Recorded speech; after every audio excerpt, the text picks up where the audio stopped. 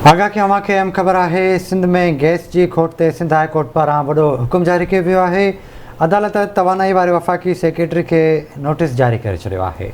खबर मां साथ शेयर कंदा हलूं। अहम ख़बर है कि सेक्रेटरी के आइन की भनकड़ी करण की हिम्मत कीअं थी सके। अवां खे आगाह कंदा हलूं। ब्रेकिंग न्यूज़ है। जस्टिस के आगाह जो चवणु है तो आइन के आर्टिकल 158 तहत पैदावारी इलाइक़नि जो कुदरती वसीलन ते पहिरियों हक़ है। आर्टिकल 158 के तहत सिंध और शहरी इलाइक़नि के गैस की फ़राहमी लाइ ख़त लिखिया आहिनि। जेकॾहिं गैस की फ़राहमी की यह सूरत हाल रही तो गर्मियुनि में बहरान बरक़रार रहंदो।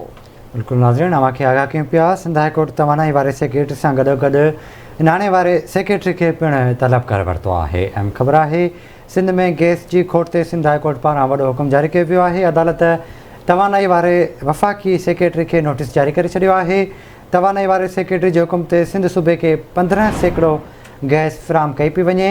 वफ़ाक़ी सेक्रेटरी जी हिदायतुनि ते सिंध के गैस की फ़राहमी घटाए ॿियनि सूबनि खे ॾिनी पई वञे। MDSSGC पारां इहो मौक़िफ़ अख़्तियार कयो वियो आहे।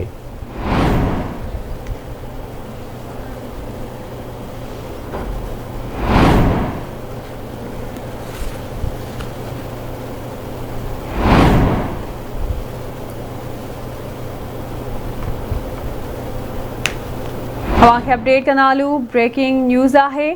सिंध में गैस की खोट ते सिंध हाई कोर्ट वॾो हुकुम जारी किया है। अदालत तवानाई वारे वफ़ाक़ी सेक्रेटरी के नोटिस जारी करे छॾियो आहे। MDSSGC तवानाई वारे सेक्रेटरी के हुकुम ते सिंध सूबे के 15% गैस फ़राहम कई पई वञे। वफ़ाक़ी सेक्रेटरी की हिदायतुनि ते सिंध के गैस की फ़राहमी घटाए ॿियनि सूबनि खे ॾिनी पई वञे।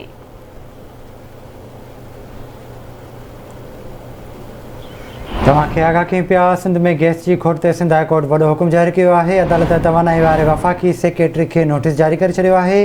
तवानाई वारे सेक्रेटरी के हुकुम ते सिंध सूबे के 15% गैस फ़राहम कई पई वञे। तफ़सील वठंदासीं कराची मां महताब शर खां। महताब, आगाह कजो। जी बिल्कुल विशाल से सिंध हाई कोर्ट में इख़्तिताम केस जी गुज़िरी है, जिसमें सिंध सूबे में गैस की खोट बाबत अदालत में अहम हुकुम जेके जारी कया तवानाई जे वफ़ाक़ी सेक्रेटरी के शोकास नोटिस जारी करे छॾियो आहे। MD सदरन गैस कंपनी चवणु आहे त तवानाई वारे वफ़ाक़ी सेक्रेटरी जे हुकुम ते सिंध सूबे के 15% गैस फ़राहम कई पई वञे। वफ़ाक़ी सेक्रेटरी MD हिदायत ते सिंध के गैस की फ़राहमी ॿियनि सूबनि खां घटाई पई वञे, जे बाबति शोकास नोटिस जारी कयो वियो आहे।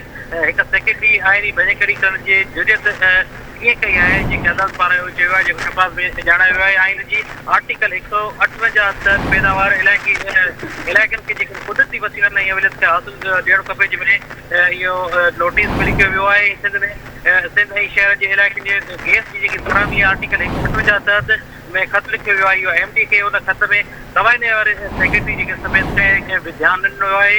सिंध जे MD उनखे गैस वारे बयान ते चयो आहे त कराची खे हिन वक़्तु ताईं 178 MACD जी गैस जेकी ज़रूरत आहे, जंहिंमें MD सदरन जो चवणु आहे त गैस फ़राहमी मूजिबि सूरत हाल बरक़रार रखण लाइ जेका तमामु घणी ज़रूरत आहे, जंहिंमें अदालत MD जे बयान खे जेका रोशनी वफ़ाक़ सेक्रेटरी तवानाई जे हवाले सां 2 हफ़्तनि जी सूरत हाल जे वाज़े लाइ खे तलब करे वरितो आहे, जंहिंमें गैस जी जेकी फ़राहमी आहे उनखे पूरा करण लाइ हिकु शोकास नोटिस बि जारी कयो आहे, जेको 15 ॾींहंनि ताईं जेको आहे उनखे जवाबु ॾिनो वञे। जी महिरबानी जी अपडेट करण लाइ।